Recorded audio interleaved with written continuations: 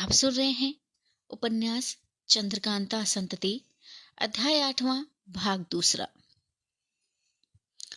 माया रानी उस बेचारे मुसीबत के मारे कैदी को रंज, डर और तद्दुत की निगाहों से देख रही थी, जबकि ये आवाज उसने सुनी। बेशक माया रानी की मौत आ गई। इस आवाज ने माया रानी को हद से ज्यादा बेचैन कर दिया। वह घबराकर चारों तरफ देखने लगी, मगर कुछ मालूम न हुआ कि यह आवाज कहाँ से आई है। आखिर होकर वह लाचार धनपत को साथ लिए वहां से लौटी और जिस तरह वहां गई थी उसी तरह बाग के तीसरे दर्जे से होती हुई कैदखाने के दरवाजे पर पहुंची, जहां अपने दोनों अय्यार बिहारी सिंह और हरनाम सिंह को छोड़ गई थी। माया रानी को देखते ही बिहारी सिंह बोला, आप हम लोगों को यहाँ व्यर्थ ही छोड़ गई। माया रानी, हाँ, अब मैं भी यही सोचती हूँ, क्योंकि अगर तुम दोनों को अपने साथ ले जाती तो इसी समय टंटा तय हो जाता। यद्यपि धनपत मेरे साथ थी और तुम लोग भी जानते हो कि ये बहुत ताकतवर है, तथापि मेरा हौसला न पड़ा कि उसे बाहर निकालती। बिहारी सिंह, तो क्या आप अपने कैदी को देखने के लिए चौथे दर्जे में गई थी? मगर मैंने जो कुछ कहा वह कुछ दूसरे मतलब से कहा था। माया रानी, हाँ, मैं उसी दुश्मन के पास गई थी जिसके बारे में चंडलूल ने मुझे होशियार किया था। मगर तुमने ये किस मतलब से कहा कि आप हम लोगों को यहाँ व्यर्थ ही छोड़ गई थी? बिहारी सिंह, मैंने इस मतलब से कहा कि हम लोग यहाँ बैठे बैठे जान रहे थे कि इस कैदखाने के अंदर उधम मच रहा है, मगर कुछ कर भी नहीं सकते थे। माया रानी, उधम कैसा? बिहारी सिंह, इस कैदखाने के अंदर से दीवार तोड़ने की आवाज आ रही थी। मालूम होता है कि कैदियों की हथकड़ी बेड़ी किसी ने खोल दी। माया रानी, मगर तुम्हारी बातों से ये जाना जाता है कि अभी कैदी लोग इसके अंदर ही हैं। मैं सोच रही थी कि जब ताली लेकर लाडी चली गई तो कहीं कैदियों को भी ना छुड़ा लगे हो। बिहारी सिंह, नहीं नहीं, कैदी बेशक इसके अंदर थे और आपके जाने के बाद कैदियों की बातचीत की कुछ कुछ आवाज भी आ रही थी। कुछ देर बाद दीवार तोड़ने की आहट मालूम होने लगी, मगर अब मैं नहीं कह सकता कि कैदी इसके अंदर हैं या निकल गए हैं, क्योंकि थोड़ी देर से भीतर सन्नाटा सा जान पड़ता है। ना तो किसी की बातचीत की आहट मिलती है और ना दीवार तोड़ने की। माया रानी, दीवार तोड़कर इस बाग के बाहर निकल जाना जरा मुश्किल है, मगर मुझे ताज्जुब मालूम होता है कि उन कैदियों की हथकड़ी बेड़ी किसने खोली और दीवार तोड़ने का सामान उन्हें कैसे मिला। शायद तुम्हें धोखा हुआ हो। बिहारी सिंह, नहीं नहीं, मुझे धोखा नहीं हुआ है, मैं पागल नहीं हूँ। हरनाम सिंह, क्या हम लोग इतना भी नहीं पहचान सकते कि यह दीवार तोड़ने की आवाज है? माया रानी, हाय, ना मालूम मेरी क्या दुर्दशा होगी। खैर, कैदियों के बारे में मैं पीछे सोचूंगी। पहले तुम लोगों से एक दूसरे काम में मदद लेना चाहती हूँ।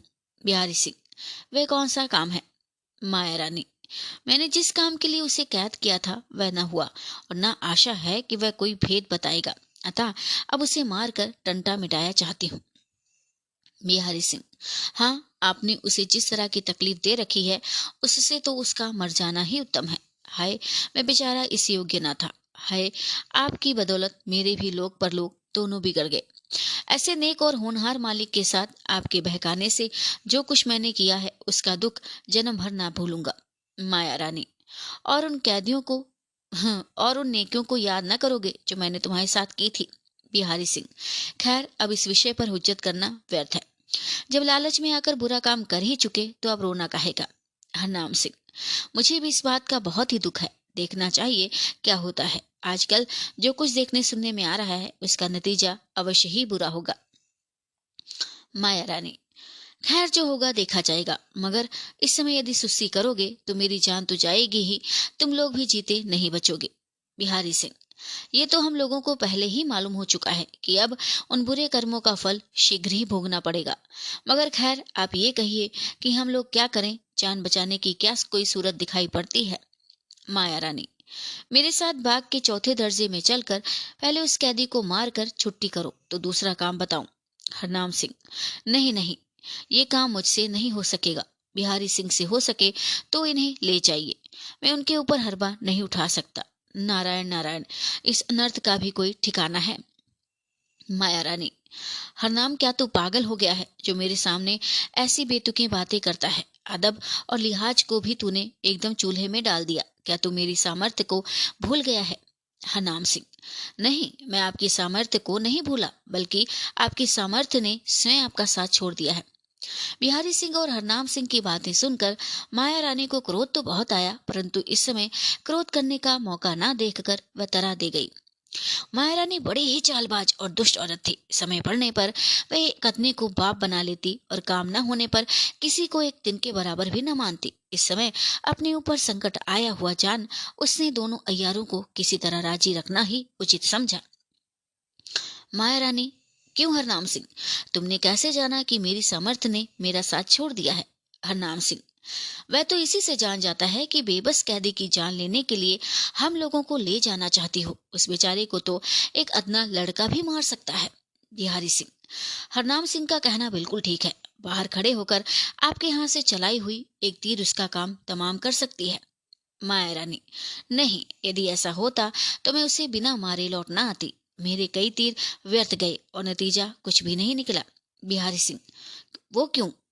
माया रानी, उसके हाथ में एक ढाल है, ना मालूम वह ढाल उसे किसने दी, जिस पर वह तीर रोक कर हंसता है और कहता है कि अब मुझे कोई मार नहीं सकता। बिहारी सिंह, अब अनर्थ होने में कोई संदेह नहीं। ये काम बेशक चंडूल का है। कुछ समझ में नहीं आता कि वह कौन कमबख्त है। माया रानी, अब सोच विचार में विलंब करना उचित नहीं। जो होना था वो तो हो चुका। अब जान बचाने की फिक्र करनी चाहिए। बिहारी सिंह, आपने क्या विचारा? माया रानी, तुम लोग यदि मेरी मदद नहीं करोगे तो मेरी जान नहीं बचेगी, और जब मुझ पर आफत आएगी तो तुम लोग भी जीते नहीं बचोगे। बिहारी सिंह, हाँ, ये तो ठीक है। जान बचाने के लिए कोई न कोई उद्योग तो करना ही होगा। माया रानी, अच्छा, तो तुम लोग मेरे साथ चलो और जिस तरह हो उस कैदी को यमलोक पहुंचाओ। मुझे विश्वास हो गया है कि उस कैदी की जान के साथ हम लोगों की आधी बला टल जाएगी, और इसके बदले में मैं तुम दोनों को 1 लाख दूंगी। हरनाम सिंह, काम तो बड़ा कठिन है। यद्यपि बिहारी सिंह और हरनाम सिंह अपने हाथ से उस कैदी को मारना नहीं चाहते थे, तथापि माया रानी की मीठी मीठी बातों से और रुपए की लालच तथा जान के डर से वे लोग ये अनर्थ करने के लिए तैयार हो गए। धनपत और दोनों अय्यारों को साथ लिए हुए माया रानी फिर बाग के चौथे दर्जे की ओर रवाना हुई। सूर्य भगवान के दर्शन तो नहीं हुए थे, मगर सवेरा हो चुका था और माया रानी के नौकर नींद से उठकर अपने अपने कामों में लग चुके थे। लेकिन माया रानी का ध्यान उस तरफ कुछ न था। उस बेचारी कैदी की जान लेना ही सबसे जरूरी काम समझ रखा था। थोड़ी ही देर में चारों आदमी बाग के चौथे दरसे में जा पहुंचे और कुएं के अंदर उतरकर उस कैद खाने में गए जिसमें माया रानी का वह अनूठा कैदी बंद था। माया रानी को उम्मीद थी कि उस कैदी को फिर उसी तरह हाथ में ढाल लिए हुए देखेंगी, मगर ऐसा न हुआ। उस जंगली वाले कोठरी का दरवाजा खुला हुआ था और उस कैदी का कहीं पता नहीं था।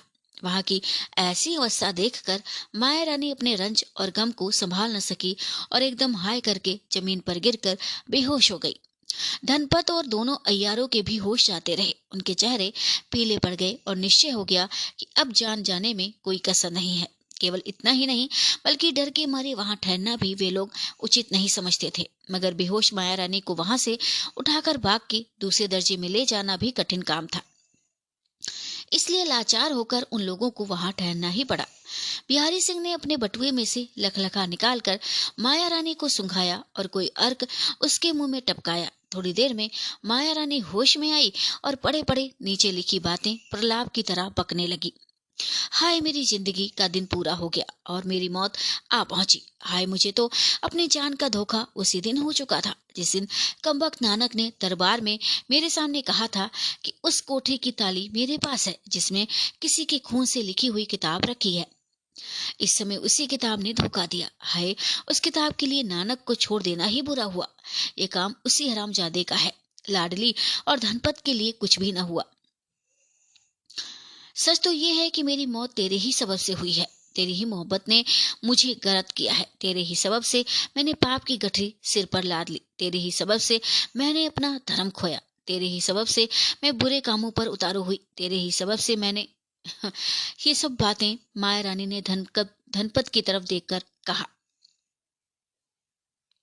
अपने पति के साथ बुराई की। तेरे ही सबब से मैंने अपना सर्वस्व बिगाड़ दिया। तेरे ही सबब से मैं वीरेंद्र सिंह के लड़कों के साथ बुराई करने के लिए तैयार हुई। तेरे ही सबब से कमलिनी मेरा साथ छोड़कर चली गई और तेरे ही सबब से आज मैं इस दशा को पहुंची। हाय, इसमें कोई संदेह नहीं कि बुरे कर्मों का फल अवश्य ही बुरा होता है। हाय, मुझ जैसी औरत जिसे ईश्वर ने हर प्रकार का सुख दे रखा था, आज बुरे कर्मों की बदौलत की ही इस अवस्था को पहुंची। हाय, मैंने क्या सोचा था और क्या हुआ। क्या बुरे कर्म करके भी कोई सुख भोग सकता है? नहीं नहीं, कभी नहीं। दृष्टांत के लिए मैं स्वयं मौजूद हूँ। माया रानी ना मालूम और भी क्या क्या बकती, मगर एक आवाज ने उसके प्रलाप में विघन डाल दिया और उसके होश आवाज दुरुस्त कर दिए।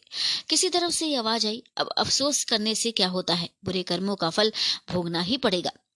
बहुत कुछ विचारने और चारों तरफ निगाह दौड़ाने पर भी किसी की समझ में ना आया कि बोलने वाला कौन, यहाँ कहाँ है। डर के मारे सभी के बदन में कंपकपी पैदा हो गई। माया रानी उठ बैठी और धनपत तथा दोनों अय्यारों को साथ लिए हुए और कांपते हुए कलेजे पर हाथ रखे वहां से अपने स्थान अर्थात बाग के दूसरे दर्जे की तरफ भागी। कमलिनी की आज्ञा अनुसार बेहोश नागर की गठरी पीठ पर लाते हुए भूतनाथ कमलिनी के उस लिस्मी मकान की तरफ रवाना हुआ जो एक तालाब के बीचों बीच में था। इस समय उसकी चाल तेज थी और वह खुशी के मारे बहुत ही उमंग और लापरवाही के साथ बड़े बड़े कदम भरता जा रहा था। उसे दो बातों की खुशी थी। एक तो उन कागजों को वह अपने हाथ से जलाकर खाक कर चुका था, जिनके सबब से वह मनोरमा और नागर के अधीन हो रहा था और जिनका भेद लोगों पर प्रकट होने के डर से अपने को मुर्दे से भी बदतर समझे हुआ था। दूसरे, उस तिलिस्मी खंजर ने उसका दिमाग आसमान पर चढ़ा दिया था और ये दोनों बातें कमलिनी की बदौलत उसे मिली थी। एक तो भूतनाथ पहले ही भारी मक्कार, अय्यार और होशियार था, अपनी चालाकी के सामने किसी को कुछ गिनता ही नहीं था। दूसरे, आज खंजर का मालिक बन के खुशी के मारे अंधा हो गया। उसने समझ लिया कि अब न तो उसे किसी का डर है और न किसी की परवाह। अब हम उसके दूसरे दिन का हाल सुनाते हैं। जिस दिन भूतनाथ नागर की गठरी पीठ पर लादे कमलिनी के मकान की तरफ रवाना हुआ था। भूतनाथ अपने को लोगों की निगाहों से बचाते हुए आबादी से दूर दूर जंगल, मैदान, पगडंडी और पिचीले रास्ते पर सफर कर रहा था। दोपहर के समय वह एक छोटी सी पहाड़ी के नीचे पहुंचा, जिसके चारों तरफ मकोए और बेर आदि कंटीले और झाड़ी वाले पेड़ों ने एक प्रकार का हल्का सा जंगल बना रखा था। उसी जगह एक छोटा सा चूहा भी था और पास ही में जामुन का एक छोटा सा पेड़ भी था। थकावट और दोपहर की धूप से व्याकुल भूतनाथ ने 2-3 घंटे के लिए वहां आराम करना पसंद किया। जामुन के पेड़ के नीचे गठरी उतार कर रख दी और आप भी उसी जगह जमीन पर चादर बिछाकर लेट गया। थोड़ी देर बाद जब सुस्ती जाती रही तो उठ बैठा। कुएं के जल से हाथ मुंह धोकर कुछ मेवा खाया जो उसके बटुए में था और इसके बाद लखलखा सूंघा नागर को होश में लाया। नागर होश में आकर उठ बैठी और चारों तरफ देखने लगी। जब सामने बैठे भूतनाथ पर नजर पड़ी तो समझ गई कि कमलिनी की आज्ञा अनुसार ही मुझे कहीं लिए जाता है। नागर, ये तो मैं समझ गई कि कमलिनी ने मुझे गिरफ्तार कर लिया और उसी की आज्ञा से तू मुझे लिए जाता है, मगर ये देखकर मुझे ताज्जुब होता है कि कैदी होने पर भी मेरे हाथ पैर क्यों खुले हैं और मेरी बेहोशी क्यों दूर की गई है। भूतनाथ, तेरी बेहोशी इसलिए दूर की गई है कि जिससे तू भी इस दिलचस्प मैदान और यहाँ की साफ हवा का आनंद उठा ले। तेरे हाथ पैर बंधे रहने की कोई आवश्यकता नहीं है, क्योंकि अब मैं तेरी तरफ से होशियार हूँ। तू मेरा कुछ भी नहीं बिगाड़ सकती। दूसरे, तेरे पास वह अंगूठी भी अब नहीं रही जिसके भरोसे तू फूली हुई थी। तीसरे, ये अनूठा खंजर भी मेरे पास मौजूद है। फिर किसका डर है? इसके अलावा उन कागजों को भी मैं जला चुका जो तेरे पास से और जिनके सबब से मैं तुम लोगों के अधीन हो रहा था। नागर, ठीक है, अब तुझे किसी का डर नहीं, मगर फिर भी मैं इतना कहे बिना नहीं रहूंगी कि तू हम लोगों के साथ दुश्मनी करके कोई फायदा नहीं उठा सकता और राजा वीरेंद्र सिंह तेरा कसूर कभी नहीं माफ करेंगे। भूतनाथ, राजा वीरेंद्र सिंह अवश्य मेरा कसूर माफ करेंगे और जब मैं उन कागजों को जला ही चुका तो मेरा कसूर साबित भी कैसे हो सकता है। नागर, ऐसा होने पर भी तुझे सच्ची खुशी इस दुनिया में नहीं मिल सकती और राजा वीरेंद्र सिंह के लिए जान दे देने पर भी तुझे उनसे कुछ विशेष लाभ नहीं हो सकता। भूतनाथ, सो क्यों? वो कौन सच्ची खुशी है जो मुझे नहीं मिल सकती? नागर, तेरे लिए सच्ची खुशी यही है कि तेरे पास इतनी धन दौलत हो कि तू बेफिक्र होकर अमीरों की तरह जिंदगी काट सके और तेरे पास तेरी वह प्यारी स्त्री भी हो जो काशी में रहती थी और जिसके पेट से नानक पैदा हुआ है। भूतनाथ, तुझे ये कैसे मालूम हुआ कि वह मेरी ही स्त्री है? चूहा, छोटा सा गड्ढा जिसमें से पहाड़ी पानी धीरे धीरे दिन रात 12 महीने निकला करता है। यहाँ हम ये बता देना चाहते हैं ताकि आपको समझ आ जाए।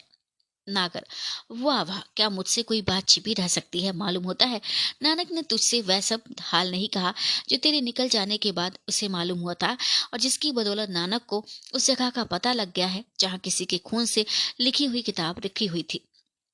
भूतनाथ, नहीं, नानक ने मुझसे वह सब हाल नहीं कहा, बल्कि वह अभी नहीं जानता कि मैं ही उसका बाप हूँ।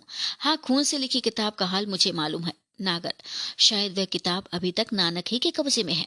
भूतनाथ, उसका हाल मैं तुझसे नहीं कह सकता। नागर, खैर मुझे उसके विषय में कुछ जानने की इच्छा भी नहीं है। भूतनाथ, हाँ तो मेरी स्त्री का हाल तुझे मालूम है? नागर, बेशक मालूम है। भूतनाथ, क्या अभी तक वह जीती है? नागर, हाँ जीती है, मगर अब 4-5 दिन के बाद जीती नहीं रहेगी। भूतनाथ, क्यों, क्या वह बीमार है? नागर, नहीं, बीमार नहीं है, जिसके यहाँ वह कैद है उसी ने उसके मारने का विचार कर लिया है। भूतनाथ, उसे किसने कैद कर रखा है? नागर, ये हाल तुझसे मैं क्यों कहूँ, जब तू मेरा दुश्मन है और मुझे कैदी बना कर लिए जाता है, तो मैं तेरे साथ नेकी क्यों करूं?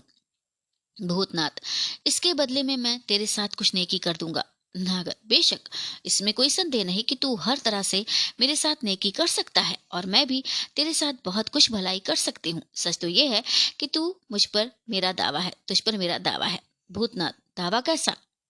नागर, उस चांदनी रात में मेरी चुटिया के साथ फूल गूंथने का दावा, उस मसहरी के नीचे रूठ जाने का दावा, नाखून के साथ खून निकालने का दावा, और उस कसम की सच्चाई का दावा जो रोहतास कर जाते समय नरमी के लिए हुए कठोर पिंडी पर। क्या और कहूं?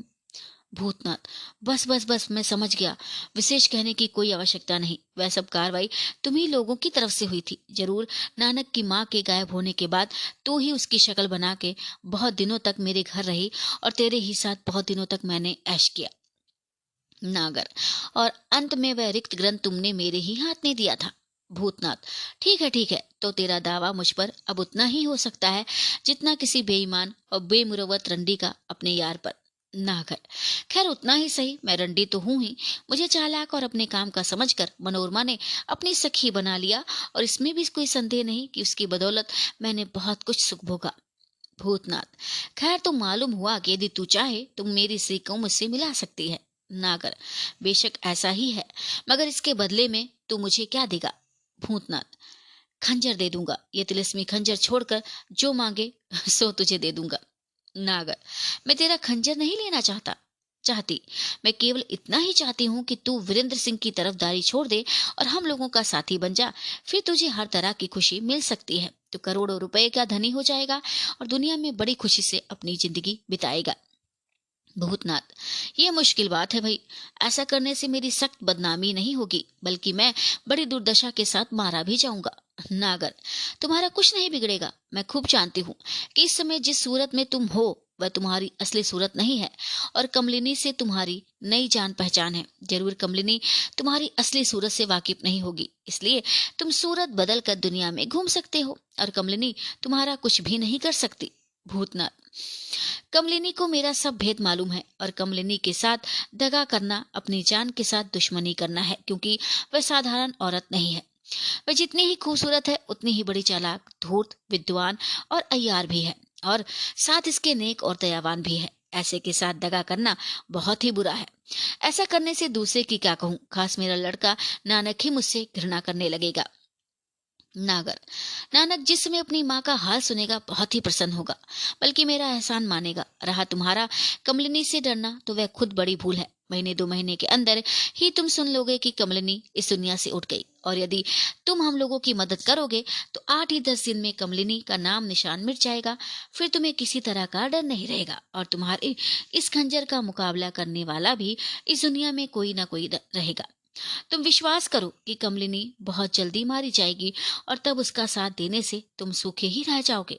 मैं तुम्हें फिर समझा कर कहती हूँ कि हम लोगों की मदद करो। तुम्हारी मदद से हम लोग थोड़े ही दिनों में कमलिनी, राजा वीरेंद्र सिंह और उनके दोनों कुमारों को मौत की चारपाई पर सुला देंगे। तुम्हारी खूबसूरत प्यारी जोरू तुम्हारे बगल में होगी, करोड़ों रुपए की संपत्ति के तुम मालिक होगे, और मैं भी तुम्हारी रंडी बनकर तुम्हारी बगल गर्म करूंगी, क्योंकि मैं तुम्हें दिल से चाहती हूँ, और ताजुब नहीं कि तुम्हें विजयगढ़ का राज दिला दूं। मैं समझती हूँ कि तुम्हें माया रानी की ताकत का हाल मालूम होगा।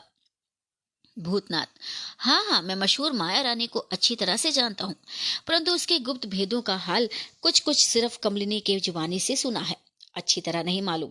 नागर: उसका हाल मैं तुमसे कहूंगी। वह लाखों आदमियों को इस तरह मार डालने की कुदरत रखती है कि किसी को कानो कान मालूम ना हो। उसके एक जरा से इशारे पर तुम दीन दुनिया से बेकार कर दिए गए, तुम्हारी जोरू छीन ली गई और तुम किसी को मुंह दिखाने लायक न रहे। कहो, जो मैं कहती हूँ वह ठीक है या नहीं?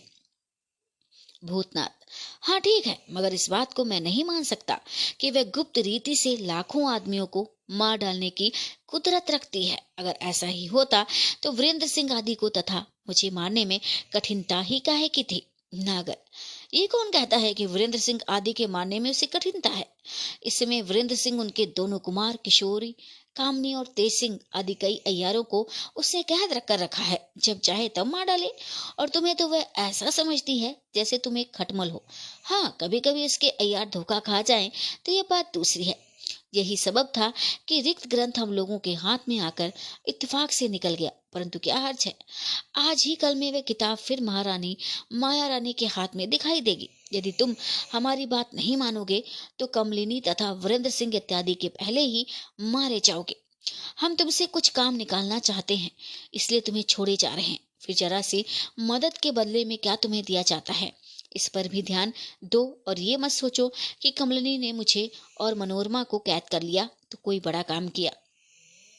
इससे माया रानी का कुछ भी नहीं बिगड़ेगा और हम लोग भी ज्यादा दिन तक कैद में न रहेंगे। जो कुछ मैं कह चुकी हूँ उस पर अच्छी तरह विचार करो और कमलिनी का साथ छोड़ो, नहीं तो पछताओगे और तुम्हारी जोरू भी बिलक बिलक के मर जाएगी। दुनिया में ऐश आराम से बढ़कर कोई चीज नहीं है, सो सब कुछ तुम्हें दिया जाता है।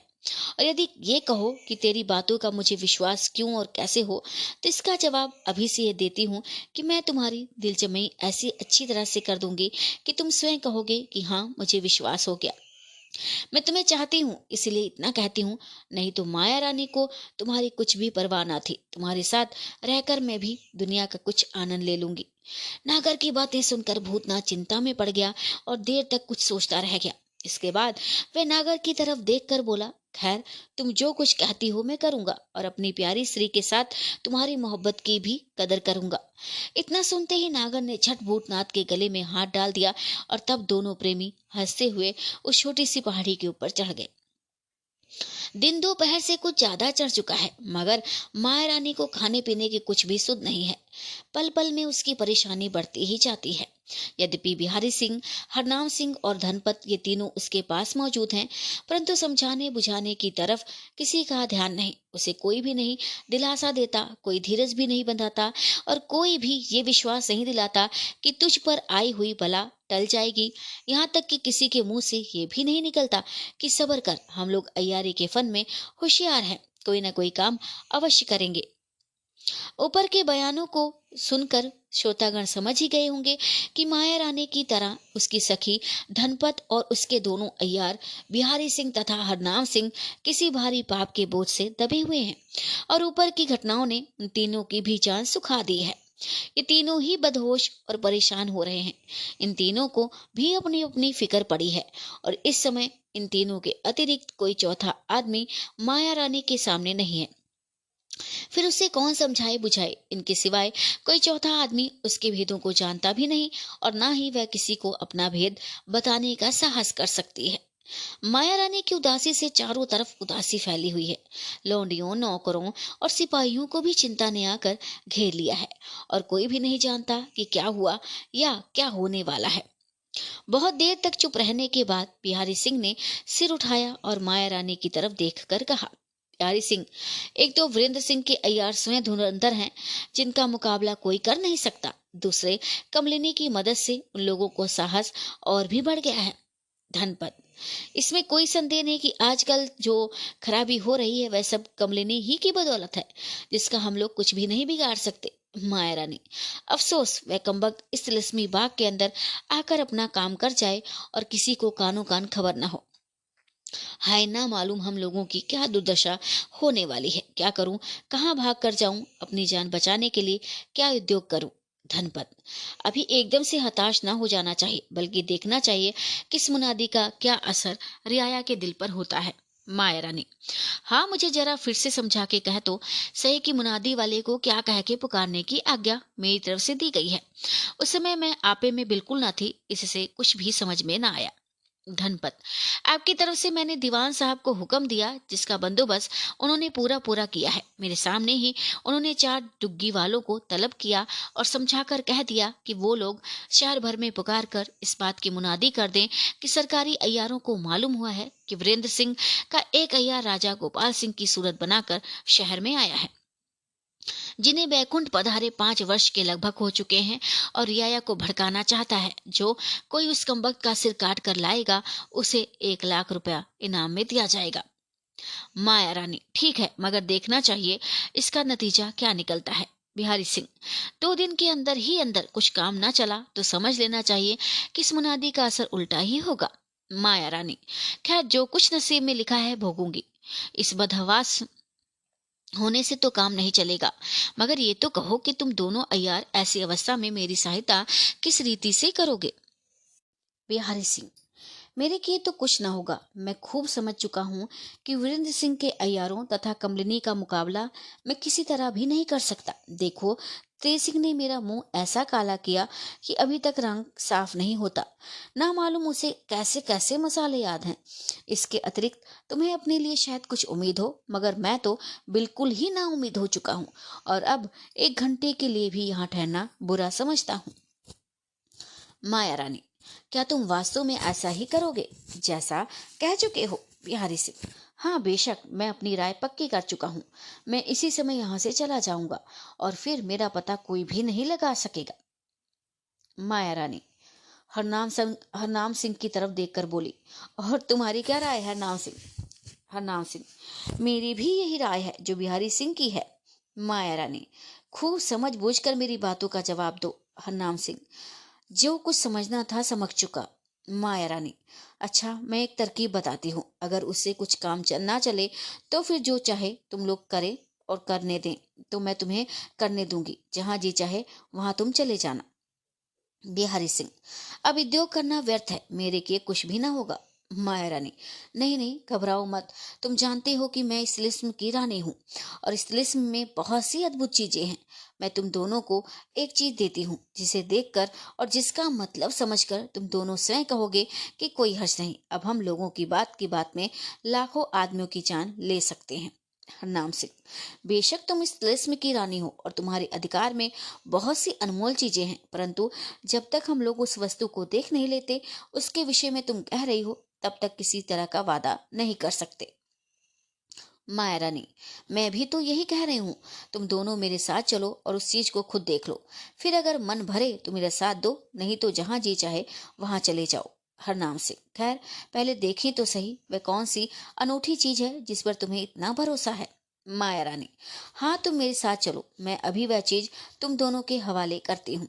माया रानी उठ खड़ी हुई और धनपत तथा दोनों अय्यारों को साथ लेकर वहां से रवाना हुई। बाग में घूमती हुई वह उस बुर्ज के पास गई जो बाग के पिछले कोने में था और जिसमें लाडली और कमलिनी की मुलाकात हुई थी।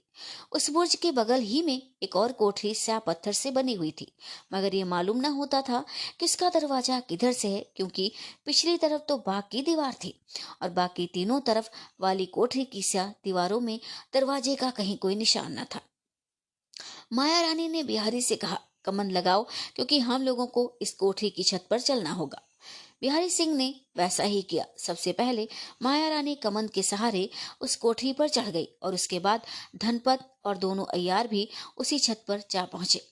ऊपर जाकर दोनों अय्यारों ने देखा कि छत के बीचों बीच में एक दरवाजा ठीक वैसा ही है जैसा प्राय तहखानों के मुंह पर रहता है। वह दरवाजा लकड़ी का था, मगर उस पर लोहे की चादर मड़ी हुई थी और उसमें एक साधारण ताला लगा हुआ था। माया रानी ने हरनाम सिंह से कहा, यह ताला मामूली है, इसे किसी तरह खोलना चाहिए। बिहारी सिंह ने अय्यारी के बटुए में से लोहे की एक टेढ़ी सलाई निकाली और उसे ताले के मुंह में डालकर ताला खोल डाला। इसके बाद दरवाजे का पल्ला हटाकर किनारे किया। माया रानी ने दोनों अय्यारों को अंदर जाने के लिए कहा, मगर बिहारी सिंह ने इनकार किया और कहा, पहले आप इसके अंदर उतरिए, तब हम लोग इसके अंदर जाएंगे, क्योंकि यहाँ की अद्भुत बातों से हम लोग बहुत डर गए हैं। लाचार होकर माया रानी कमंद के सहारे उस कोठरी के अंदर उतर गई और इसके बाद धनपत और दोनों अय्यार भी नीचे उतर गए। ऊपर का दरवाजा खुले रहने से कोठरी के अंदर चांदना पहुंच रहा था। ये कोठरी लगभग 20 हाथ के चौड़ी और इससे कुछ ज्यादा लंबी थी। यहाँ की जमीन लकड़ी की थी और उस पर किसी तरह का मसाला चढ़ा हुआ था। कोठरी के बीचों बीच में एक छोटा सा संदूक पड़ा हुआ था। धनपत का हाथ पकड़े माया रानी किनारे खड़ी हो गई और दोनों अय्यारों की तरफ देखकर बोली, तुम दोनों मिलकर इस संदूक को मेरे पास लाओ। हुक्म के मुताबिक दोनों अय्यार उस संदूक को पास ले आए, मगर संदूक का कुंडा पकड़ के उठाने का इरादा किया ही था कि जमीन का वह गोल हिस्सा जिस पर दोनों अय्यार खड़े थे किवाड़ के पल्ले की तरह एक तरफ से अंदर की तरफ एक धंस गया और वे दोनों अय्यार जमीन के अंदर जा रहे। साथ ही एक आवाज ऐसी आई जिसके सुनने से धनपत को मालूम हो गया कि दोनों अय्यार नीचे जल की तह तक पहुंच गए हैं।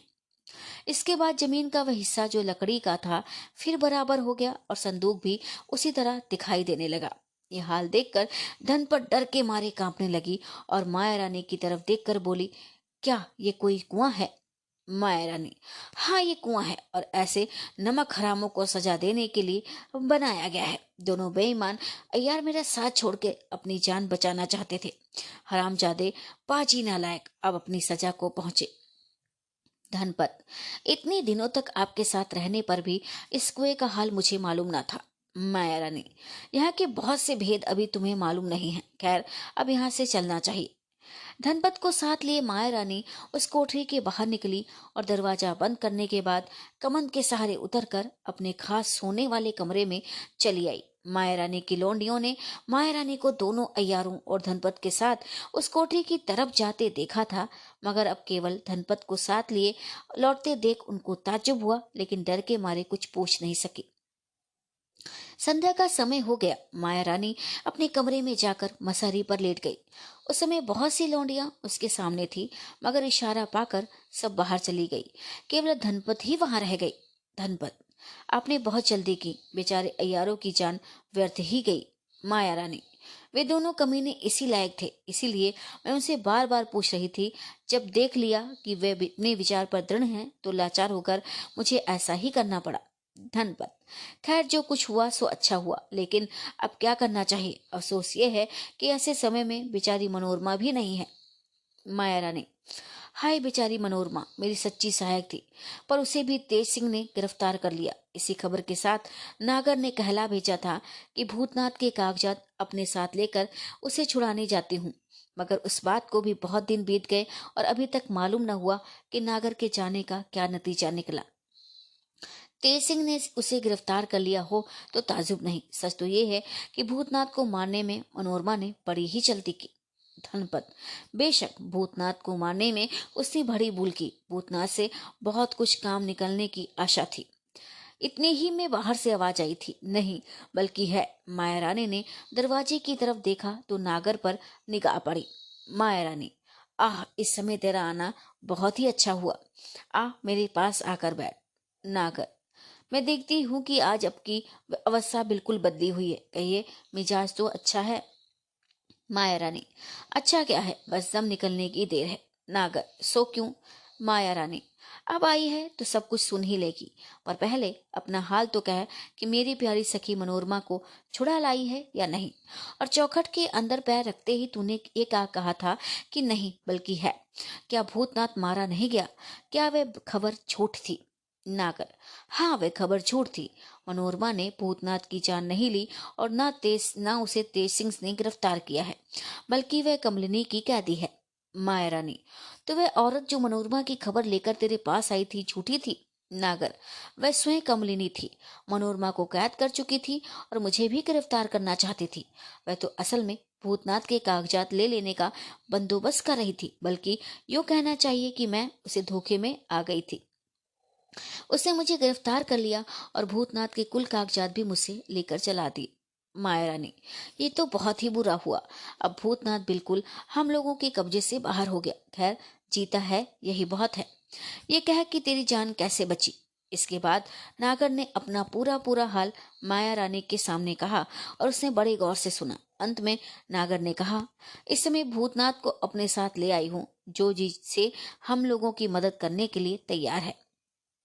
ये सुनकर कि भूतनाथ अब हम लोगों का पक्षपाती हो गया और नागर के साथ आया है, माया रानी बहुत ही खुश हुई और उसे हर प्रकार की आशा बंध गई। उसने धनपत की तरफ देखकर कहा, ताज्जुब नहीं कि अब वह बला मेरे सिर से टल जाए जिसके टलने की आशा न थी। नागर, आपने अपना हाल तो कुछ कहा ही नहीं। ये जानने के लिए जी मेरा बेचैन हो रहा है कि आप क्यों उदास हो रही हैं और आप पर क्या बला आई है।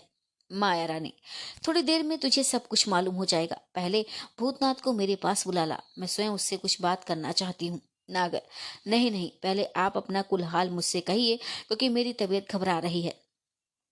माया रानी ने अपना बिल्कुल हाल अर्थात तेज सिंह का पागलपन के आना, उन्हें बाग के तीसरे दर्जे में कैद करना, चंडोल का एकाएक पहुंचना और उसकी अद्भुत बातें तथा लाडली का दगा दे जाना आदि नागर से कहा, मगर अपने पुराने कैदी के छुड़ाने का और दोनों अय्यारों को मार डालने का हाल छुपा रखा। हाँ, उसके बदले में इतना कहा कि वीरेंद्र सिंह का एक अय्यार मेरे पति की सूरत बनाकर आया है, जिन्हें मरे 5 वर्ष के लगभग हुए हैं। उसी को गिरफ्तार करने के लिए बिहारी सिंह और हरनाम सिंह गए हैं। नागर, मगर ये तो कहिए कि चंडूल ने आपको तथा बिहारी सिंह और हरनाम सिंह के कान में क्या कहा था। माया रानी, बहुत पूछने पर भी बिहारी सिंह और हरनाम सिंह ने नहीं बताया कि चंडूल ने उनके कान में क्या कहा था। नागर, और आपके कान में उसने क्या कहा। माया रानी, मेरे कान में तो उसने केवल इतना ही कहा था कि 8 दिन के अंदर ही ये राज इंद्रजीत सिंह का हो जाएगा और तू मारी जाएगी। खैर, जो होगा देखा जाएगा। अब भूतनाथ को यहाँ ले आ, उसे मिलने की मुझे बहुत ही आवश्यकता है।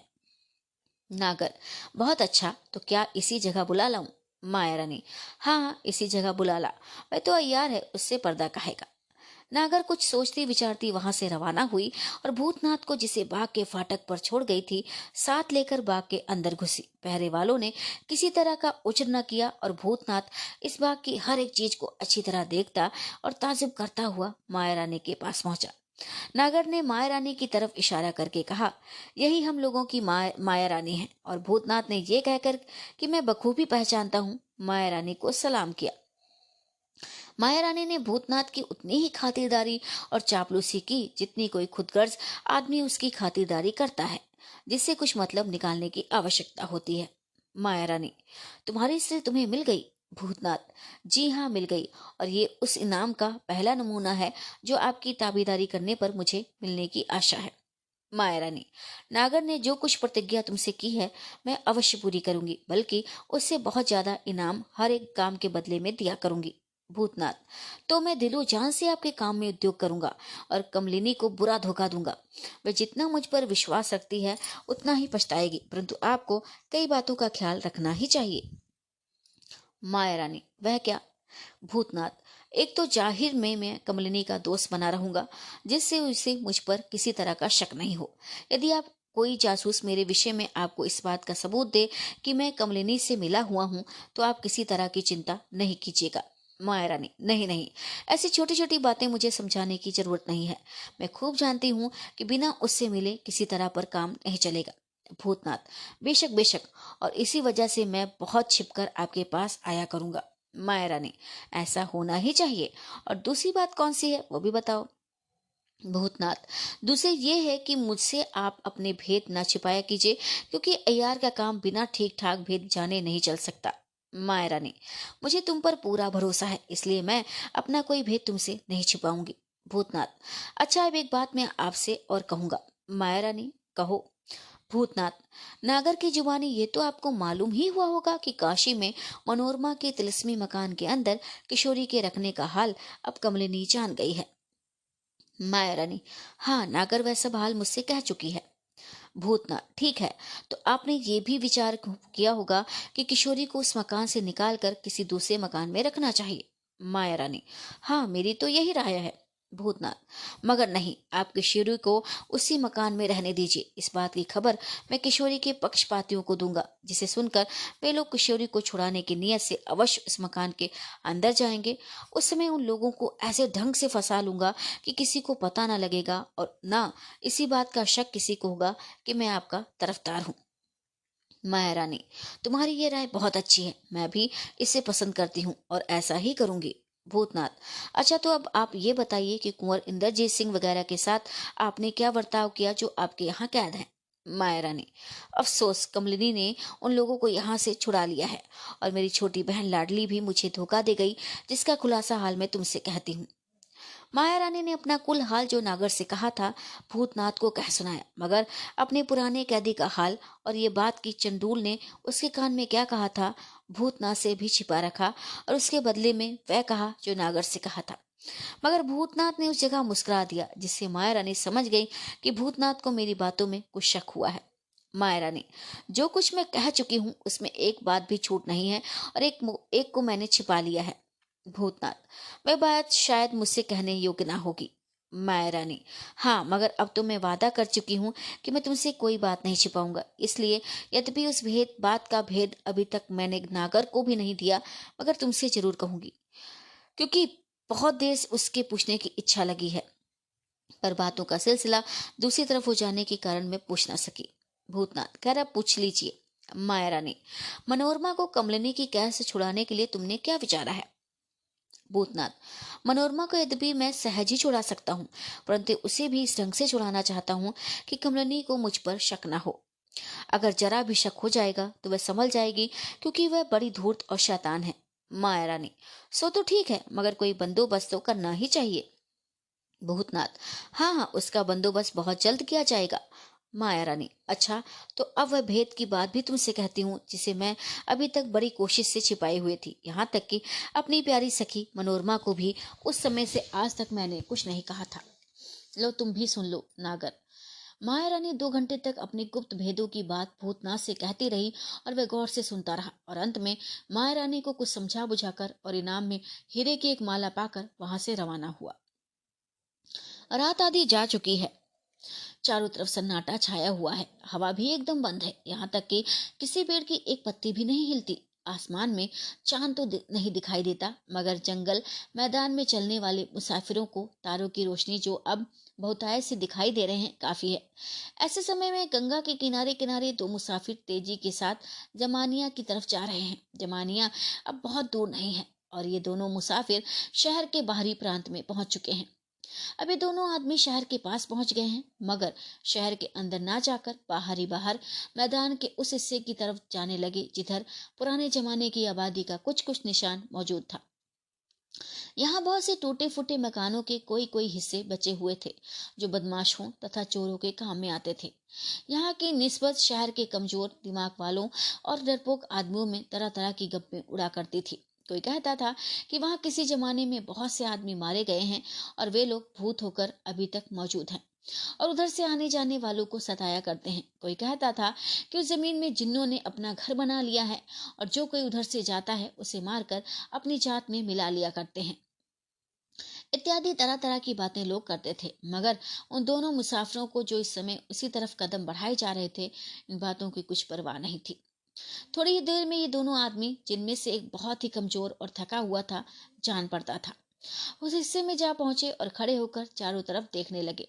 पास ही में एक पुराना मकान दिखाई दिया, जो 3 हिस्से से ज्यादा टूट चुका था, और उसके चारों तरफ जंगली पेड़ों और लताओं ने एक भयानक सा दृश्य बना रखा था। उसी जगह एक आदमी टहलता हुआ नजर आया, जो इन दोनों को देखते ही पास आया और बोला, हमारे साथियों ने उस नियत जगह पर ठहरना उचित न जाना, और राह पक्की हुई कि एक नाव पर सवार होकर सब लोग काशी की तरफ रवाना हो जाएं और उसी जगह से अपनी कार्रवाई करें। वे लोग नाव पर सवार हो चुके हैं। कमलिनी जी ये कहकर मुझे इस जगह छोड़ गई हैं कि तेज सिंह राजा गोपाल सिंह को साथ लेकर आवे, तो उन्हें उन्हें लिए हुए बालघाट की तरफ, जहां हम लोगों की नाव खड़ी होगी, बहुत जल्द चले जाना। श्रोतागण समझ ही गए होंगे कि ये दोनों मुसाफिर तेज सिंह और राजा गोपाल सिंह माया रानी के पुराने कैदी हैं।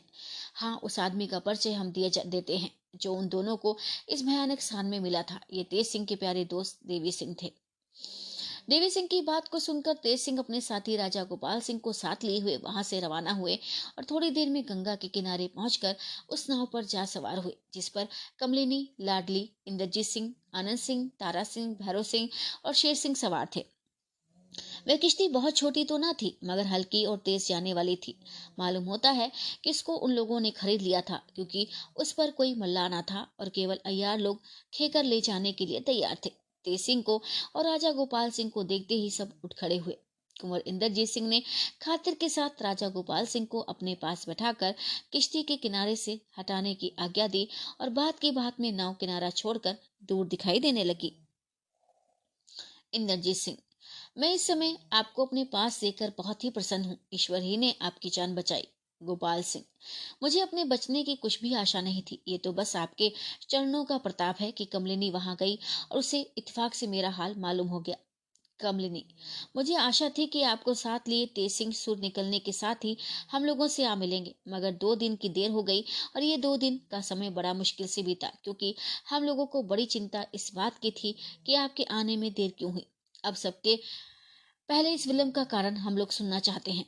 गोपाल सिंह, तेज सिंह जिसमें मुझे कैद से छुड़ाकर उस तिलिस्मी बाग के बाहर हुए, उस समय उन्होंने राजा वृद्ध सिंह का जिक्र किया और कहा कि हरामजादी माया रानी ने राजा वृद्ध सिंह और रानी चंद्रकांता को भी इस तिलिस्म में कहीं पर कैद कर रखा है, जिनका पता नहीं लगता। ये सुनते ही मैं उन्हें साथ लिए हुए फिर उस तिलिस्मी बाग में चला गया, जहां जहां मैं जा सकता था। जाकर अच्छी तरह पता लगाया, क्योंकि कैद से छूट जाने पर मैं बिल्कुल ही लापरवाह और निडर हो गया था। इंद्रजीत सिंह, ये काम आपने बहुत ही उत्तम किया। हाँ, तो उनका कहीं पता लगा? गोपाल सिंह, नहीं, वह खबर बिल्कुल झूठी थी। उसने आप लोगों को धोखा देने के लिए अपने ही 2 आदमियों को राजा वृंद सिंह और रानी चंद्रकांता की शक्ल बनाकर रंग के भेद कर रखा था। कमलिनी, यह आपको कैसे निश्चय हुआ? गोपाल सिंह, हमने स्वयं उन दोनों को अच्छी तरह आजमा कर देख लिया। इंद्रजीत सिंह, ये खबर सुनकर हम लोगों को हद से ज्यादा खुशी हुई। अब हम लोग उनकी तरफ से निश्चिंत हो गए और केवल किशोरी और कामनी की फिक्र रह गई। तेज सिंह, बेशक हम लोग उनकी तरफ से निश्चिंत हो गए। इनके साथ 2 दिन तक उस बाग में रहने और गुप्त स्थानों में घूमने का मौका मिला। ऐसी ऐसी चीजें देखने में आई कि होश तंग हो गए। यद्यपि राजा वृंद सिंह के साथ विक्रमी तिलिस्म में मैं बहुत कुछ तमाशा देख चुका हूँ, परंतु अब यही कहते बन पड़ता है कि इस तिलिस्म के आगे उसकी कोई हकीकत न थी। कमलिनी, ये उस तिलिस्म के राजा ही ठहरे, फिर इनसे ज्यादा वहां का हाल कौन जान सकता था? और किसकी सामर्थ्य थी कि 2 दिन तक उस बाग में आपको रख कर घुमाए? वहां का जितना हाल ये जानते हैं, उसका 16वां हिस्सा भी माया रानी नहीं जानती। ये बेचारे नेक और धर्मात्मा हैं, पर ना मालूम क्यों उस कमबख्त के धोखे में पड़ गए। हनन सिंह, बेशक इनका किस्सा बहुत ही दिलचस्प होगा। गोपाल सिंह, मैं अपना अनूठा किस्सा आपसे कहूंगा, जिसे सुनकर आप अफसोस करेंगे। क्यों लाडली, तू अच्छी तरह से तो है? लाडली, इस समय मेरी खुशी का कोई ठिकाना नहीं। क्या स्वप्न में मैं भी गुमान हो सकता था कि जिंदगी में मैं पुनः आपको देखूंगी? ये दिन आज कमलिनी बहन की बदौलत देखने में आया है। गोपाल सिंह, बेशक बेशक, और ये 5 वर्ष मैंने किस मुसीबत में काटे हैं, सो बस मैं ही जानता हूँ। मगर तुझे उस तिलिस्मी बाग के अंदर घुसने का साहस कैसे हुआ कमलिनी? कमलिनी, रिक्त ग्रंथ मेरे हाथ लग गया, इसी से मैं इतना काम कर सकी। गोपाल सिंह, ठीक है, तब तो तू मुझसे भी ज्यादा अब वहां का हाल जान ही गई होगी। इंद्रजीत सिंह चौंक कर कमलिनी की तरफ देखकर बोले, क्या रिक्त ग्रंथ तुम्हारे पास है? कमलिनी, हाँ, मगर इससे ये ना समझ लीजिएगा मैंने आपके यहाँ चोरी की थी। तेज सिंह, नहीं नहीं, मैं खूब जानता हूँ कि रिक्त ग्रंथ का चोर कोई दूसरा ही है। आपको नानक की बदौलत वह किताब हाथ लगी। कमलिनी, जी हाँ, जिस समय तिलिस्मी बाग में नानक अपना किस्सा आपसे कह रहा था, मैं छिपकर सुन रही थी। इंद्रजीत सिंह, नानक का किस्सा कैसा? तेज सिंह, मैं आपसे कहता हूँ, जरा सब्र कीजिए। इस समय उस किश्ती पर ये जितने आदमी थे, उनमें केवल इंद्रजीत सिंह और अनंत सिंह को किशोरी और कामनी का ध्यान था। तेज सिंह ने अपने पागल बनने का हाल और उसी बीच में नानक का किस्सा जितना उसकी जुबानी सुना था कह सुनाया। तेज सिंह के पागल बनने का हाल सुनकर सभी को हंसी आ गई।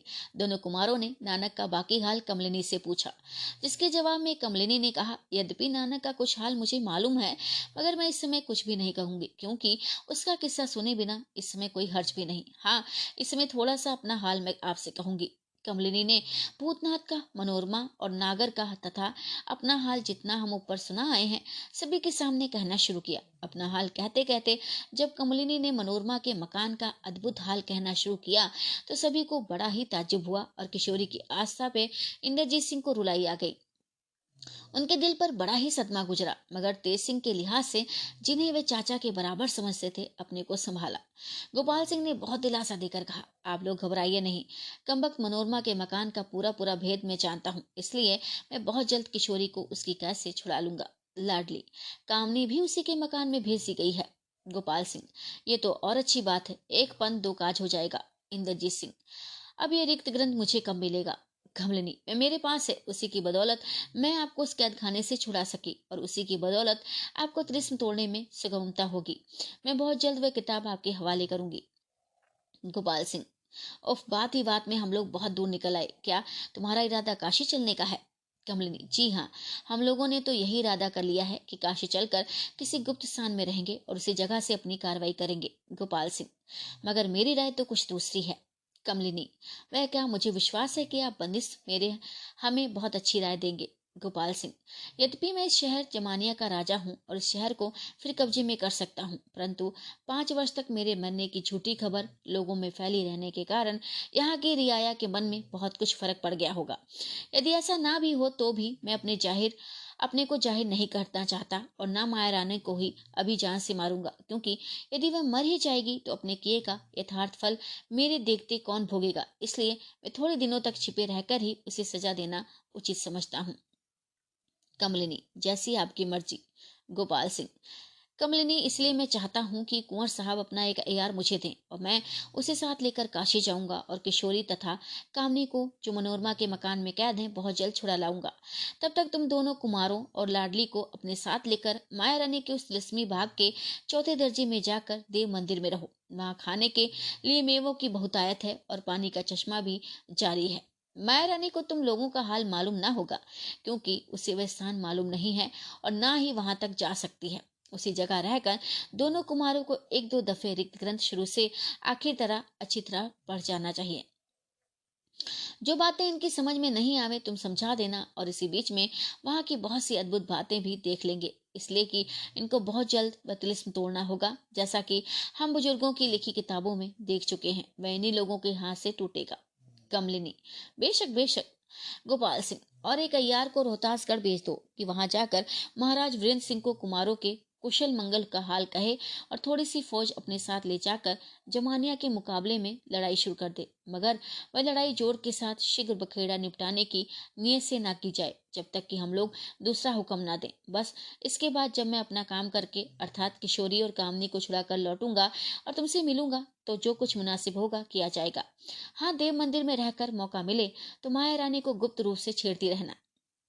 कमलिनी, आपकी राय तो बहुत ठीक है, मगर आप कैद की तकलीफ उठाने के कारण बहुत ही सुस्त और कमजोर हो रहे हैं। इतनी तकलीफ क्यों और कैसे उठा सकेंगे? गोपाल सिंह, तुम इसकी चिंता मत करो। आप लोग मेरी राय पसंद करते हो कुमारों की नहीं?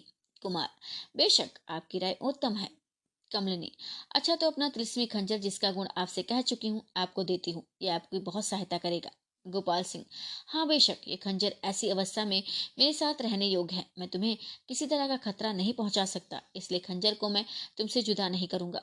इंद्रजीत सिंह, उस खंजर का जोड़ा जो कमलिनी ने मुझे दिया है मैं आपको देता हूँ, आप इसे अवश्य अपने साथ रखें। गोपाल सिंह, नहीं नहीं, इसकी कोई आवश्यकता नहीं।